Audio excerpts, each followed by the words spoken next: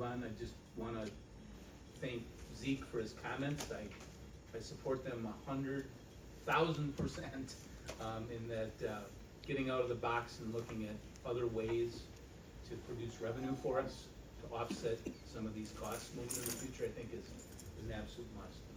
And I'll happily do my part and help. I appreciate that. Thank you, sir. Appreciate that too. Okay, moving on, Zeke.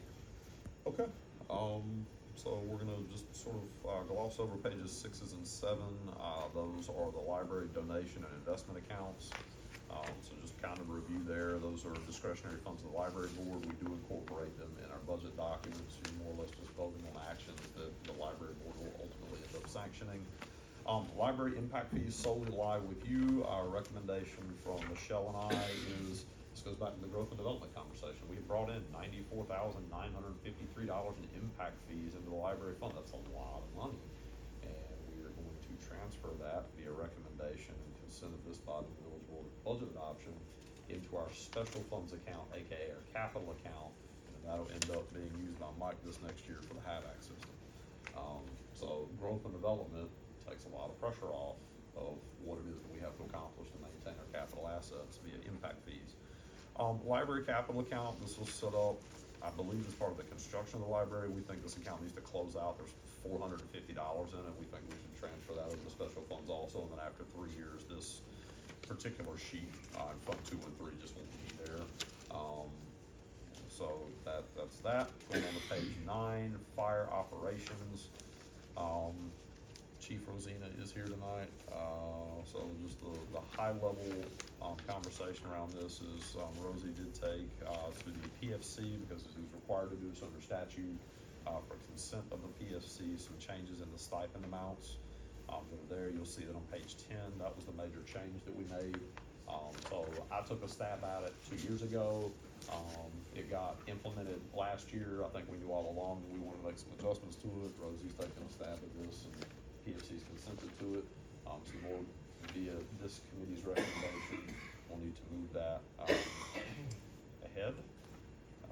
So there is a, I'm gonna call it a $10,000 increase in contemplated expenses overall within the fire department. So we're staying consistent with our $10,000 increase per department number. We're close to it. 2% dues, this is state aid, so I'm on page 11 now. This essentially comes off of cell phone collections, and then it's passed through to the other jurisdictions that operate fire services throughout the state. There are limited ways this can be spent. It's largely education or small equipment. Just to make a long story made short, we've given the chief discretion over $20,000 of that. These funds do continue to build. We do need to spend some of them, and I'm sure you'll come up with some things this year that we need to take a crack at. Fire donations, page 12. I'm going to give Chief Rosina a huge pat on the back. The fall pancake breakfast we just did, despite 102 degree heat, people still turned out and ate. It was like almost $3,000 worth of pancakes from memory. So kudos to that, to all the businesses that donated various products to help us make that a success as a fundraiser. We are contemplating 2 additional fundraisers, spring pancake breakfast, and then an event over the 4th of July that we call Ribs by the River. Kylie Donovan is putting in a lot of work around that one, so manage and organize that event in concert with Kathy Lindblom and Andrew Handler and Rosie. So we think those will be great opportunities to engage with the public and just, again, increase our overall visibility and fundraising efforts. We're going to offset that by a fire donation expense. We may want to come back in later on in the year and up that number, but we're showing a fund balance projected at year end of $15,380. To do fundraisers, we need to pick up some ancillary equipment. Right now, we're borrowing some stuff from the Legion. That's worked out great, but there are some other things that we'll need along the way in order to be able to effectively do fundraising in the future, largely food prep stuff.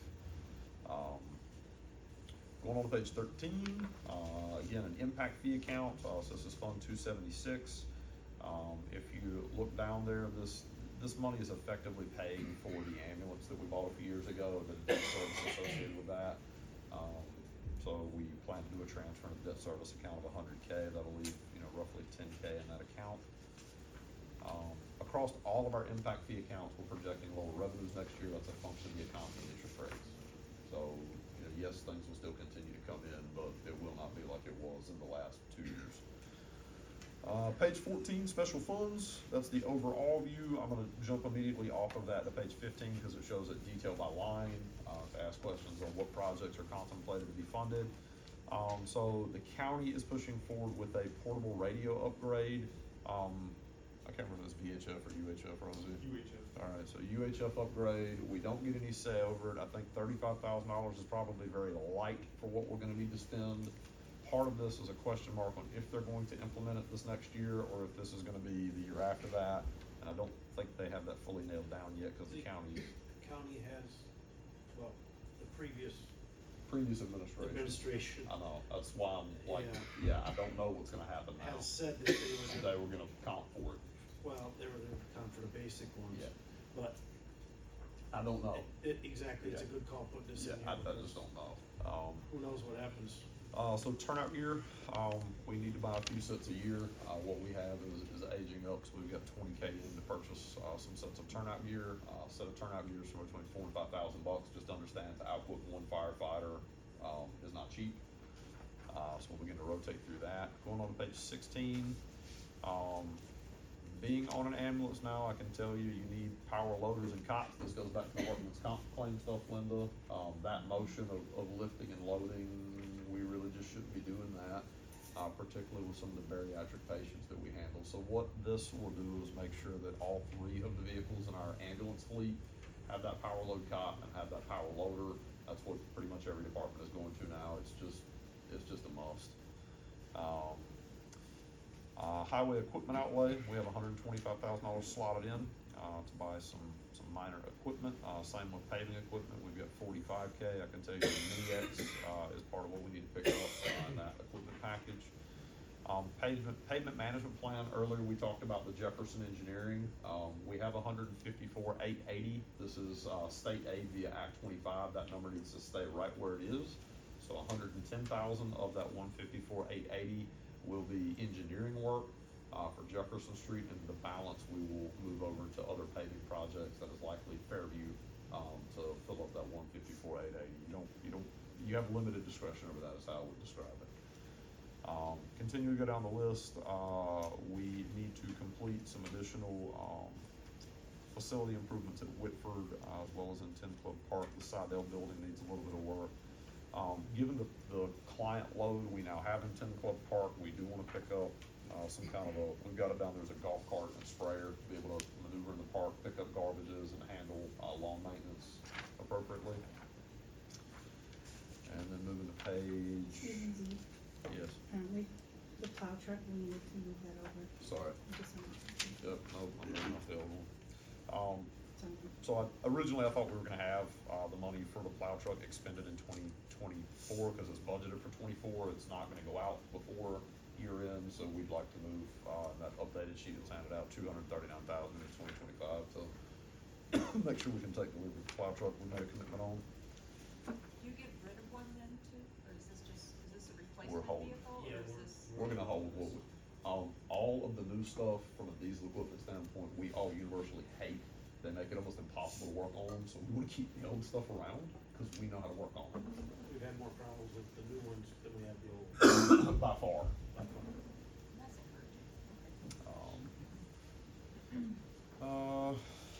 encouraging, Page 17, we need to replace a mower. You see the library control and alarm system is in there. I'm sorry, PAVAC is in there, and then some sprinkler replacement money for $5,000. General government, we're due to replace the server, downstairs. Again, it was budgeted this year. We're not gonna replace it this year. It'll be next year before we get to that. As well as some general IT and software updates, and that rounds out your spending. With that said, that takes a capital account that just a few years ago, to Adam and Todd's points, and Tammy from a number of times in conversation, from 1.5 million in 2023 down to 335,000 at the end of 2025. You're not due any borrowing until 2028. So you're gonna be capital constrained. So in conversation with all the department heads, we've said, hey, this is kind of the kit and caboodle for what we have coming. That other 335 really needs to sit there as sort of emergency funding for, hey, something broke, or hey, we have to replace something, until we get ready to do the next couple of rounds of big stuff in 2028. Okay, Thank you. that's capital plan. Uh, moving on. Tip number 3, we've had a lot of dialogue around this. I'm just gonna tell you all that, I've been working with Kevin Mullen and Jordan from, Baird. I know you all made some spending recommendations, a couple of committee meetings ago. I'm gonna ask you to rescind those, not in permanence, but until we can financially model how development is gonna take place. So really want to lay out parcel by parcel what we have that is presently developed and on the tax roll, so we understand the financial implications of that within the TID. Under construction but not completed, so we don't understand how that is mapped out in the TID. And then vacant parcels that are likely to develop. So I think what I'm trying to say is, hey, let's just take just a little bit of time to make sure we dot all of our i's and cross all of our t's, and then let's come back and revisit those projects after we've gone through that exercise and understand what the borrowing implications are. You need a motion? We're gonna wrap all these into one motion, if that's okay. Linda, you got? Oh, well, is that the one where the underground? Yes, wires- all of that. Oh, okay. Yeah, so I'm not, Wanna make by sure. no means, I'm not saying no, I'm just saying, hey, let's make sure you guys making a fully No, informed no. decision about Yeah, it. I'm okay with think- that. I think that we got a little, it just, there's a lot going on, a lot of conversation, Yes, right? I'm Just fine kinda all of a with that sudden, recommendation. everybody was throwing Yep. stuff on the plate. I think this is the Yeah, perfect way pump to the go brakes. about this. Yep. We need to know where we stand. Yes. Let our professional financial advisors and the tax assessor know what our income is gonna be before we even think about where our projected income, what we got left. where we- And then we discuss revisiting. We can do that as anytime in the soon as year. we That know doesn't that have to be part of information, the budget. Okay. getting the committee together and going through that. Yeah. Yeah. This might predate you, Zeke, but I'm sure Don will remember. I know that we started participating in the Racine Community Foundation. Do we have any of that, or was that just Like, money that I chipped in for nothing? It went to, you wanna answer it, or do you know? I can tell you what I do know, but you go ahead. It was, the board decided to do that, and all the board members chipped in something at the time. That money went to the Racine Community Foundation. Yep. You all had to reach, I think it was either $10,000 or $25,000 in Yeah. total individual fundraising before they would hold that as a separate fund from everything else. So it just is in the general pool of Racine Community Well, Foundation. the library did do that, and they do have a fund, Yep. but we just never reached the goal. You never reached the. So it's just basically in the whole pot for the whole Yes. foundation. Yep, So we donated it to the Racine Community Foundation. yep. Okay. So, page 21, this is Fund 100, this is, general revenue. If there's any questions, I'm glad to field them, but ultimately, most things stay pretty flat from year to year. The one that I am gonna call out is, the one major change in order to balance, a lot of the things that we've, talked about, and that is the tax equivalent under, page 22, other financing sources. So this is your sewer pilot. As I said earlier, there are a number of mechanisms that you can use to increase your revenues without necessarily decreasing your expenses. So your sewer utility is a wholly owned enterprise of the village government. It would normally pay a tax if it were a private entity. So if you go to Arizona, New Mexico, other places where that's much more common, this is what you'll see. You've got a water pilot that's set by the Public Service Commission of Wisconsin. You don't have any control over it. They tell you what it is, and that just is the number. With your sewer utility, it's a non-regulated utility. So we've tried to set that close to what the water pilot is. That doesn't mean in the future they need to be exactly the same. It does mean that we need to look at cash coming into that utility, new customers coming onto that utility, and how that's gonna impact our ability to conduct future maintenance operations. So just be aware, you have a number of businesses that you run, and you're taking profit, if you will, from those businesses in order to manage other aspects of your operation.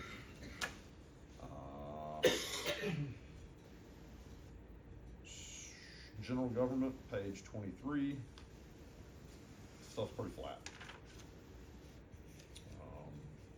Again, if you have a question on that one. Overall expenses, including transfers, are down 50K from the preceding year. General Government Fund 100, elections personnel. We did budget a lot for 2024. We're gonna spend a lot in 2024. We pulled that back for 2025. We were not anticipating having two specials in '24 with Jonathan Delgrave's passings. That's two elections that we didn't budget for that now we have to conduct. So just be aware of that one. Page 27 is a map out. I spoke wrong earlier, Kelly. It's not 2, it's 5 for admin chargeback percentage. So wages for all of those are there. I will also tell you that your judge has requested a pay raise. He is an elected official. We did not slot one in. If that's something this body or the board would like to contemplate at a future time, you can do so, but it will not take effect until after his next election. Can I interject? Yes, sir. He requested a pay raise, Yes, for what amount? I wasn't given that number. He just asked for this board to consider a pay raise? I believe so. Okay, I just wanted to verify that. Okay. Um, It's call it $9,600 a year in wages. Yeah. It's not like it's a big dollar amount that he's getting. There's a lot of work that goes into it. I'm Yeah, not I saying just- that I he's just- not deserving of one. I was just verifying. The last yeah. time it's been changed is Way way before before any of us. us. Yeah, that's just, I mean, if you did a COLA from the last time, it would probably be double or 2.5 times, right, where it's at now. Out of curiosity about how many hours does he put in that position? At home and here, I don't wanna give you the wrong number, Tammy. I see a good bit, and I know there's a lot that happens that I don't see. If you were to guess. I don't want to. Well, Tammy, just comparatively, how many hours you put in for? I put in quite a few, and I get paid a lot And less than he Adam- does. Yeah, and Adam, you too? Yeah, And so- me, how many hours I put in for? Yeah, so Well, that was my point too. And- I mean, I'm here tonight, and this is not a paid meeting for me. I'm here because I care about this community. Sure. And I care about the finances, and I want to be involved. So, I'm glad you brought it up. I think this is actually a very fruitful conversation that this committee should have. We did discuss this a couple of years ago because there were trustees who also felt that they were, so I think maybe this is something we should talk about. Again, it's more money, but I think it's important in this time and age of politics and elected and local government that the individuals that wanna give up that time are compensated fairly. I think that's fair. There And is that a- includes the judge. My experience in municipal management across 3 states is there really is a direct correlation between the quality and experience level that you will get in your elected and appointed officials and just the ability to offset from a volunteer standpoint what they perceive as a personal expense to be here. When you're paying $30 a meeting, $40 a meeting, like nobody remotely is jazzed up about, hey, I wanna take time off the golf course and deal with all the people that yell at me over that, like, at all. We enjoy it. Some of the best communities that I've seen, offer health insurance, right, and that's sort of a different catch way to do it, but to get into that, you guys will be, right, hundreds of thousands of that's dollars. $13,000 per person, right? Yeah, So, 19. Just to verify what you said, because we talked about this a couple of years ago, was, let's say we enact that for the 26 budget. Mhm. It happens after their next election, whether that be the Whoever, judge, a whoever president, that a is, trustee. it does not take place until after the entity that made the decision or was Okay. potential beneficiary stands for an election, Okay, just so that right? everybody understands. I do think you need to address it. I will tell you that the sanitary sewage district, West Virginia County Sewage District has just done one recently, as has the town sanitary district. Town sanitary district, did they double it? I think, Don, I wanna say they went like 24 grand a year. Yeah. Does that sound right to you? Yeah. Yeah.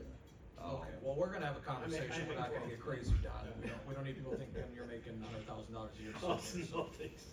So we'll get- I'm not here for the money. We'll I'm here for definitely the have a abuse of it. conversation, I think it's well worth it, to have a conversation, so thank you for bringing that to our attention, Zeke. I was just curious on the approximate hours, that's all. You're spot on. Yep, I'll figure something out on that. What'd you say, Zeke? I'll get you some numbers. Okay,